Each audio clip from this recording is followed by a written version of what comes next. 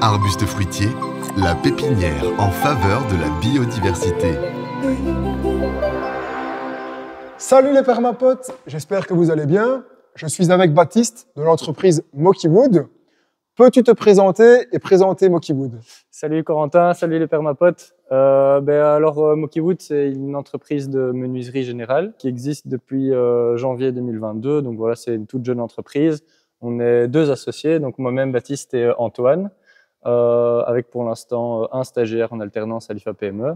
Donc en fait, l'histoire de la création de cette société, c'est deux amis, Antoine et moi, qui nous sommes rencontrés sur les chantiers de cabanes et de roulottes, de tiny house, etc. Donc en fait, dans notre parcours de formation, on s'est tous les deux un peu retrouvés dans ce milieu-là. En se rencontrant, voilà, on a un peu accroché sur le travail, sur notre manière de travailler ensemble. On avait envie de monter un projet professionnel ensemble. Et on avait un petit peu les mêmes directions professionnelles en tête. Donc petit à petit, on a lancé nos premiers chantiers. Puis ça en 2020. Puis ça a commencé à prendre un peu du volume et donc on a créé la société en 2022. Et donc au niveau de notre production, on fait surtout ce qui est menuiserie d'extérieur. Donc voilà, on propose nos services sur tout ce qui est terrasse sur pilotis, carport, pool house, bardage. Et en fait, on a toujours eu en tête la volonté de se développer dans ce qui est logement et petit logement et logement insolite surtout. Donc voilà, on rêvait des chalets en montagne, des chalets perchés au sommet, des cabanes suspendues dans les arbres, enfin tous les projets les plus fous, les cabanes sur l'eau, etc. C'est un peu ce qui nous passionne. Et donc là maintenant, on commence à avoir les opportunités qui voient le jour pour nous développer dans ce genre de projet.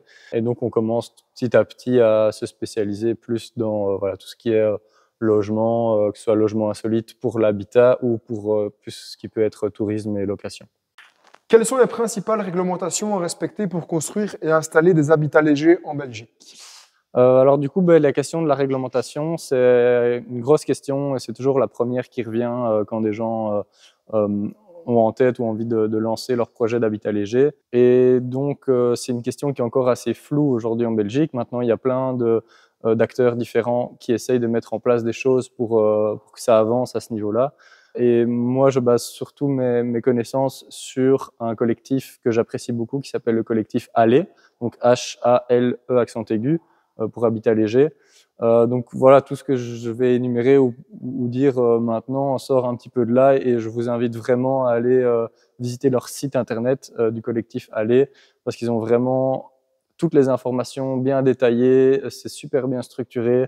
Et donc voilà, si vous avez un projet d'habitat léger, que vous posez des questions par rapport à tout ce qui est réglementation, je vous conseille vraiment d'aller les voir, d'aller voir ça et puis de même de les contacter ou de voir parfois ils font des événements ici et là en Belgique. Donc voilà, en tout cas, encore merci à eux déjà d'avance pour tout ce qu'ils font.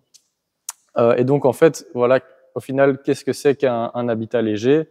Il y a eu un décret qui a été posé le 2 mai 2019 par le Code wallon de l'habitat durable, qui repose sur le fait qu'un habitat léger doit répondre à au moins 3 caractéristiques sur 9 caractéristiques définies, qui sont par exemple un volume réduit, un poids faible, une emprise au sol limitée, pas avoir d'étage.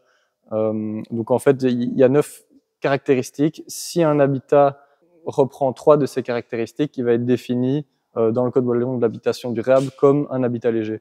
Ensuite, il y a toutes des questions de salubrité qui sont plus spécifiques à l'habitat léger qu'au logement traditionnel.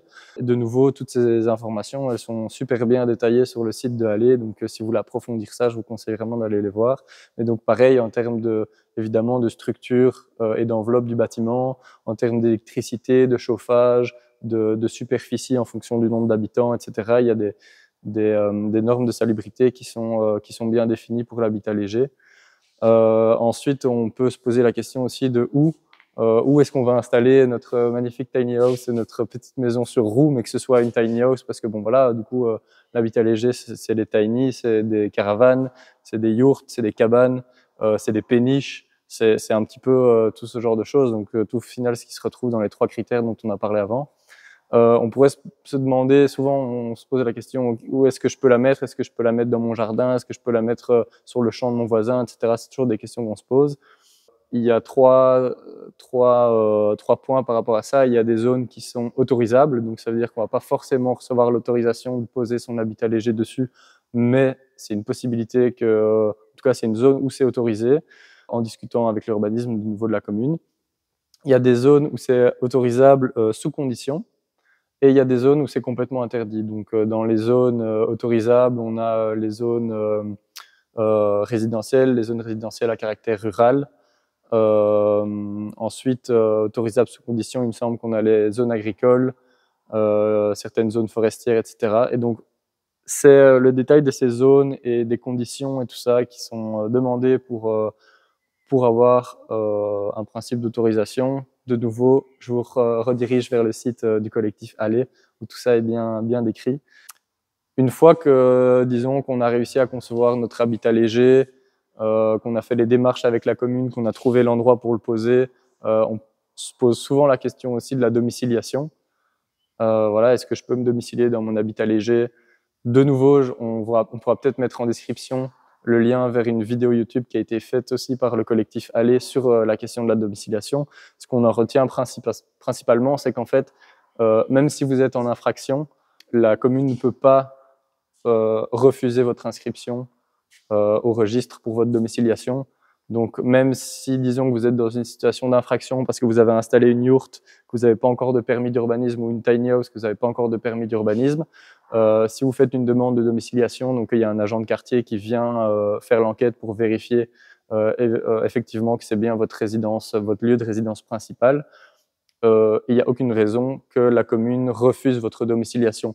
Après, ça peut passer dans un terme de domiciliation provisoire s'il y a une infraction en termes d'urbanisme, mais en tout cas, on ne peut pas vous refuser la domiciliation. Donc, c'est un peu ce qui ressort de cette vidéo, mais voilà, je vous conseille de suivre le lien en description pour avoir tous les éléments, et je remercie une fois encore le collectif Aller de faire ce genre de contenu, parce que on manque cruellement de connaissances et d'éducation dans les médias par rapport à ces sujets-là. Donc c'est vraiment voilà, respect à eux de prendre le temps de développer tout ça. Donc voilà, je pense que par rapport aux réglementations, c'était un petit peu tout ce qu'il y avait à dire. Si vous voulez une autre référence aussi, on a fait un projet dans la commune de Tigny-Louvain-la-Neuve avec une tiny, donc qui a eu c'était un peu le premier habitat léger du Brabant wallon qui a obtenu un permis d'urbanisme. Donc voilà, c'est pour montrer que c'est possible. De nouveau, c'est toujours des grandes discussions avec la commune. Donc c'est un projet qui a pu voir le jour à cet endroit-là, donc au sein d'un habitat groupé, qui accueillait déjà 6 logements traditionnels sur un terrain d'un peu plus d'1 hectare. Et du vent, de ce qu'on peut recevoir en général des communes, c'est que dans les années à venir, les habitats légers vont plutôt être acceptés sur une zone de projet plus globale où il va y avoir des logements traditionnels et à côté des habitats légers, ou en tout cas une mixité des deux types de logements, plutôt que des acceptations de cas isolés. Voilà. Donc il y a de grandes chances qu'à l'avenir, ça se fasse plutôt sous une forme de projet global que de demandes sporadiques. Quel type d'habitat léger réalise Mokiwood? Du coup, Mokiwood, ça commence dans l'habitat léger par ce projet de tiny house qui a pris un petit peu de temps à voir le jour. Voilà, parce que la situation de la personne qui prendra cette tiny house en tant que résidence principale a fait évoluer son projet avec le temps et sa situation de vie avec le temps. Mais donc voilà, c'est un projet qui est en train de voir le jour depuis à peu près 1 an et qui se termine actuellement. Sinon, Mokiwood en général se développe maintenant plus sur ce qui va être de l'habitat léger de tourisme locatif, parce qu'il y a une demande et en général une structure pour accompagner ce genre de projet qui est évidemment beaucoup plus évidente pour nous en tant que constructeurs. Donc on va rester toujours sur des habitats légers de, disons, entre 15 et 30 mètres carrés, toujours équipés. Donc les habitats qu'on propose, on s'engage à les faire clé en main, donc avec qui est sous-traitance, que ce soit en électricité ou en plomberie, pour avoir un produit clé en main utilisable directement. Donc on a fait aussi un peu notre premier prototype d'habitat léger touristique au Salon Passion Robinson du domaine de Cheftogne, auquel je vous invite d'ailleurs à venir, qui aura lieu, je pense, vers la fin de la deuxième semaine de septembre 2024. Donc un super salon, on peut voir plein de belles choses, plein d'habitats légers, des yurts, des tiny houses, et passer un super bon moment dans un super beau domaine. Et donc c'est là qu'on a exposé. On peut peut-être aller voir du coup cette cabane qui pour l'instant dort encore sur notre beau parking. Ok, donc ici on est dans la cabane perchée, la chambre perchée qu'on a fait pour le salon de Cheftogne 2023. Et donc en fait ça vient un peu de l'idée d'aller percher un petit module de 20 mètres carrés pour passer une nuit dans la canopée à la cime des arbres. Donc en fait on avait construit ce petit module avec un filet suspendu, donc en porte-à-faux, qu'on avait perché sur un pilotis avec le plancher à plus ou moins 4,50 m de hauteur. Parce que voilà, donc facilité du pilotis, de ne pas devoir encercler les arbres ou ne pas devoir s'appuyer sur la structure des arbres. On préférait éviter ça.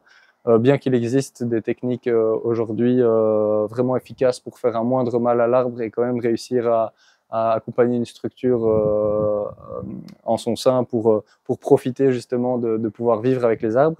Nous, on préférait éviter ça, donc voilà, on a utilisé le système de pilotis. Et donc voilà, on a créé ce premier module de chambre dans les arbres, de chambre perchée, qui a attiré pas mal de curiosité. Et donc aujourd'hui, on est vraiment en train de développer ce principe de modules un peu insolites, qui sont préfabriqués complètement en atelier et qu'on va poser sur site. Donc on a fait un premier montage en avril 2024 ici à Clermont-Ferrand, dans un camping en dessous de Clermont-Ferrand. Donc voilà, c'était une cabane un peu plus grande, donc on était plus sur 20 mètres carrés intérieur, plus 10 mètres carrés extérieur, avec une terrasse à côté pour installer un spa. Et donc voilà, ici on est en train de développer ça avec tous les acteurs du domaine touristique, que ce soit en Belgique ou en France. Et voilà, on espère faire de plus en plus de belles choses insolites et intéressantes pour la joie des touristes et des vacanciers. Peux-tu nous décrire le processus de conception de cette tiny house? Alors, pour démarrer la conception d'une tiny house ou de tout autre projet d'habitat léger d'ailleurs, on va commencer par un petit peu concevoir l'expression extérieure de l'habitat, donc un petit peu son visuel, son caractère de forme depuis l'extérieur. Et on va faire ça déjà selon le goût de la personne qui porte le projet et selon l'emplacement final de l'habitat, s'il a vocation en tout cas à rester plus à un endroit fixe qu'être vraiment mobile. Donc ici, ben voilà, on a un petit peu fait évoluer, par exemple pour cette tiny house, la forme extérieure de l'habitat avec la cliente et ses goûts esthétiques. Et donc, en termes de matériaux, ben voilà, on se retrouve souvent sur des bardages un petit peu à caractère, qui restent avec des nœuds. Il y en a qui aiment bien avoir des choses beaucoup plus lisses. Mais donc, on va vraiment faire ce travail d'esthétique globale extérieure dans un premier temps. Ensuite, on va essayer évidemment de mettre au clair un budget de projet, hein, pour voir dans quelle direction on va se diriger. Et on va passer ensuite plus à ce qui est aménagement intérieur. Donc voilà, et ça va vraiment dépendre du mode de vie de la personne, de ses envies, de ses activités professionnelles, de ses activités quotidiennes. Et donc on va essayer par une conception 3D de moduler l'espace avec l'enveloppe extérieure qui a été conçue à la base, de moduler l'espace intérieur pour s'adapter au mieux au mode de vie et aux envies et aux pratiques de la personne qui prendra possession de l'habitat. Et donc, une fois qu'on aura fait ce travail d'aménagement intérieur, on va également mettre en place, prévoir tout ce qui est technique, donc que ce soit électrique, l'électricité, les sanitaires, etc. Donc voilà, si une personne désire avoir la possibilité de se raccorder à l'eau de pluie, ou alors d'installer des panneaux solaires à un certain moment donné dans son habitation. Donc on va essayer de prévoir tous ces enjeux-là. Et ensuite, avec le budget, on va vraiment fixer tout ce qui est choix des matériaux. Et donc là, au niveau des choix des matériaux, je pense qu'on va en discuter dans une question prochainement. Mais donc, il y aura tout l'enjeu du choix des matériaux au niveau des coûts et au niveau des contraintes du projet en tant qu'habitat léger. Quels matériaux as-tu utilisé pour construire cette tiny house et pourquoi les as-tu choisis?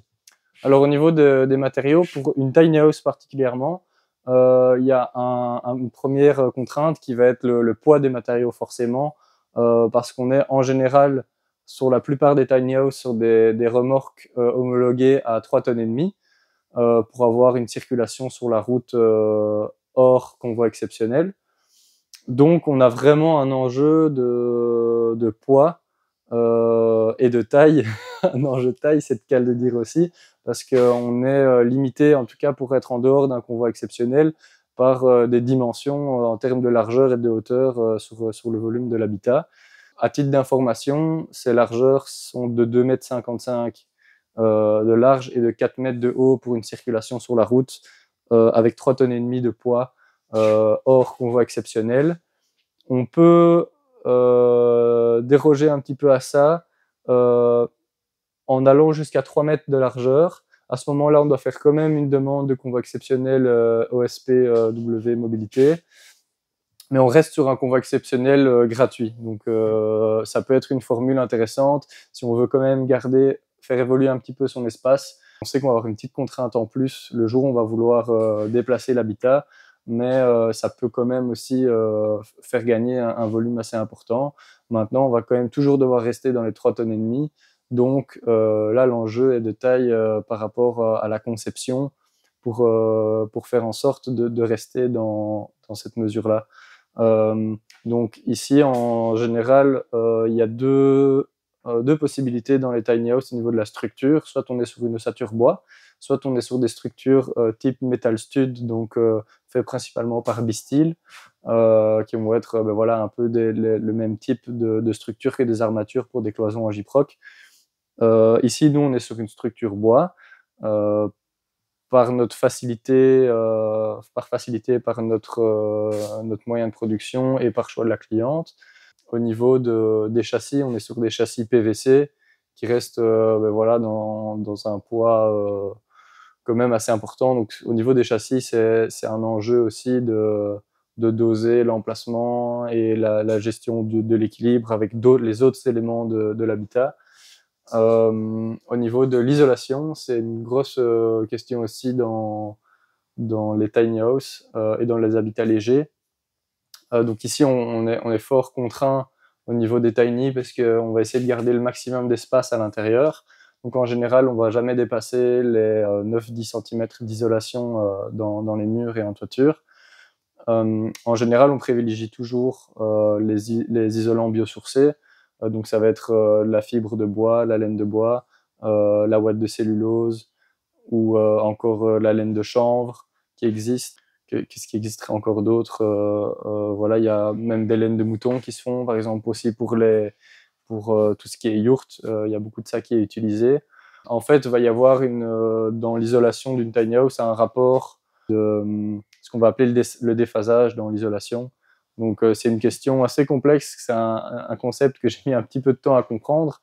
En fait, le déphasage d'un isolant va être utile, par exemple pendant les périodes d'été, où on va avoir un fort pic de chaleur pendant environ 8 heures de la journée, et une grosse différence, une baisse de température la nuit.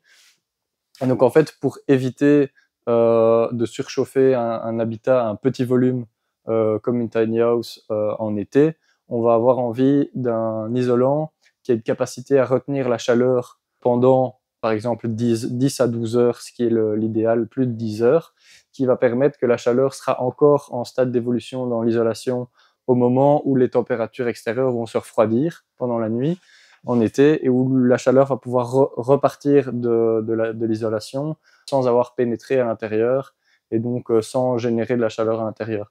Alors ça va être donc à même épaisseur, un peu moins efficace que des isolants comme la mousse projetée ou autres isolants moins bio, moins écologiques. Mais pour des petits volumes comme ça, donc on va peut-être avoir un besoin de chauffage un peu plus grand en hiver, où la différence intérieure-extérieure est toujours plus ou moins identique. On n'a plus ces gros pics de chaleur et de temps plus froid.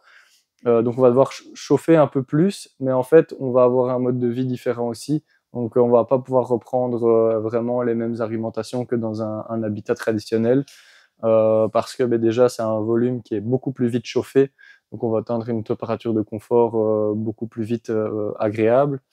Et donc voilà, en général, pendant la fraîcheur de la nuit, quand on n'aura pas allumé son poêle à bois, qu'on n'aura pas été recharger son poêle à bois, on est sous la couette. Et puis la journée, quand on se lève au matin, il suffit d'une bûche dans un poêle à bois ou de mettre un petit coup de chauffage pour très vite réchauffer le volume.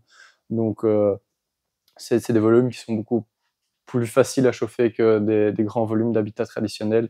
Donc cette réflexion de matériaux d'isolation avec un déphasage plus important et intéressant.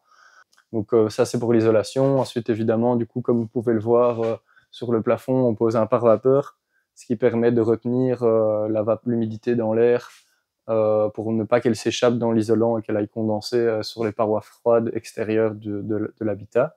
Et en termes de finition intérieure, ici on a fait un choix esthétique et un peu structurel. En fait, souvent en tiny house, on est sur un lambris très fin en sapin ou sur des panneaux en multiplex peupliers, qui est un panneau de contreplaqué qui est vraiment une des densités les plus faibles, qu'on place en général en 12 mm. Ici, on a fait le choix d'un panneau en MDF avec un plaquage en sapin.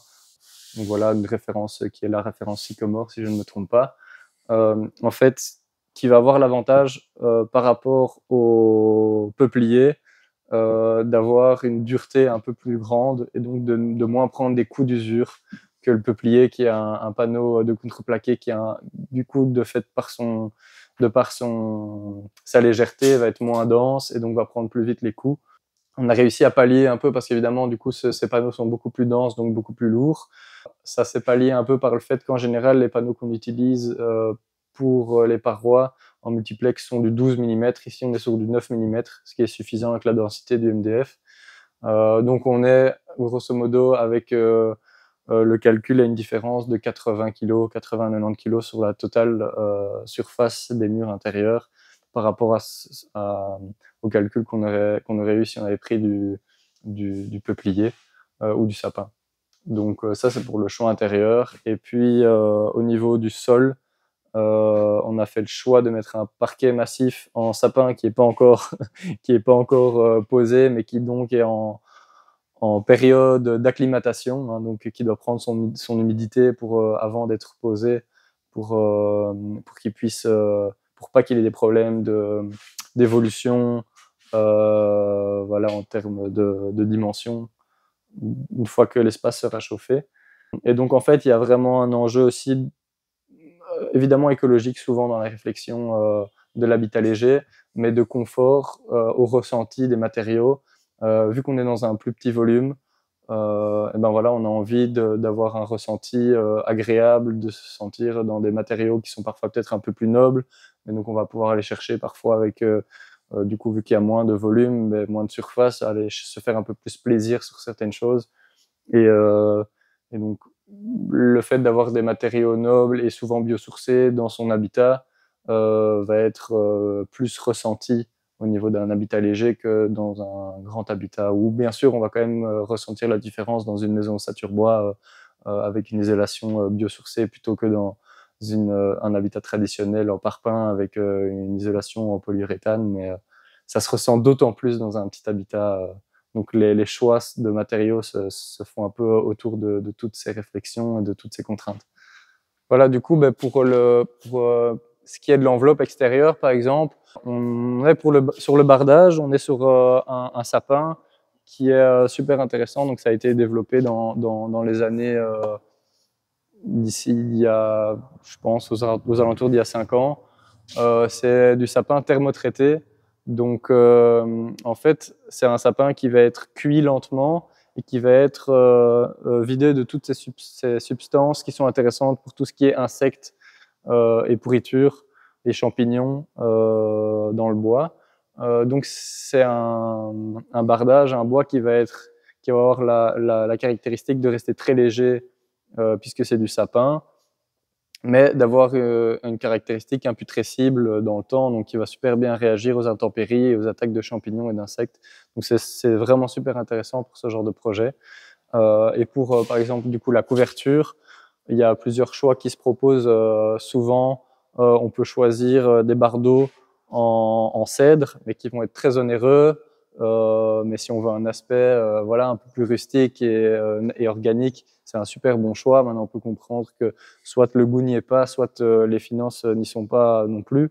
Du coup, on peut opter pour ce genre de système qui sont du coup les toitures joints debout en aluminium. Donc, c'est de nouveau un matériau qui reste super léger, assez facile à mettre en œuvre, assez modulable. Donc voilà, on peut s'amuser un peu avec des formes de toiture assez intéressantes. On peut aller sur des formes aussi arquées avec des zincs ou de la tôle, mais de la tôle qui serait un peu plus lourde, donc peut-être un peu moins avantageuse au niveau du poids, en tout cas pour une tiny house. Comment les habitats légers se comparent-ils aux habitations traditionnelles en termes d'impact environnemental et quels sont les avantages écologiques par rapport aux constructions classiques?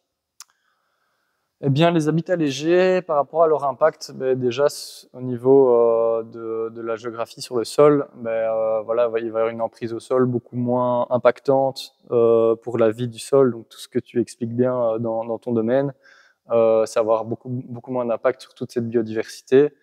Donc ça, c'est déjà au niveau de la prise au sol et de l'installation de l'habitat. En termes écologiques, au niveau des matériaux, voilà, maintenant, il y a aussi des maisons qui sont vraiment très bien biosourcées, enfin des logements plus dans le traditionnel, mais qui sont construites avec des matériaux biosourcés. Maintenant, on reste quand même souvent dans cet esprit-là, beaucoup plus au niveau des habitats légers. Donc, on va avoir des matériaux qui sont souvent plus locaux. En tout cas, on va essayer d'avoir une démarche, une réflexion qui tourne autour du local, que ce soit même du coup au niveau de l'artisanat. Donc, on va avoir un peu plus d'autoconstruction aussi dans l'habitat léger, donc on s'approprie un peu plus son habitat. On va être en contact en relationnel peut-être plus direct avec les gens, les acteurs de ce genre de domaine. Tout ça mène aussi au mode de vie qu'inspire l'habitat léger, la réflexion qu'il y a autour de tout ça, parce qu'on va avoir un mode de vie peut-être avec plus de sobriété. Donc, comme on parlait de l'emprise au sol par rapport aux impétrants aussi, qu'on soit raccordé aux impétrants ou non, qu'on ait un système par exemple de phytoépuration ou autre, en fait, on va prendre beaucoup plus conscience de ce qu'on rejette, de nos rejets dans la nature, etc.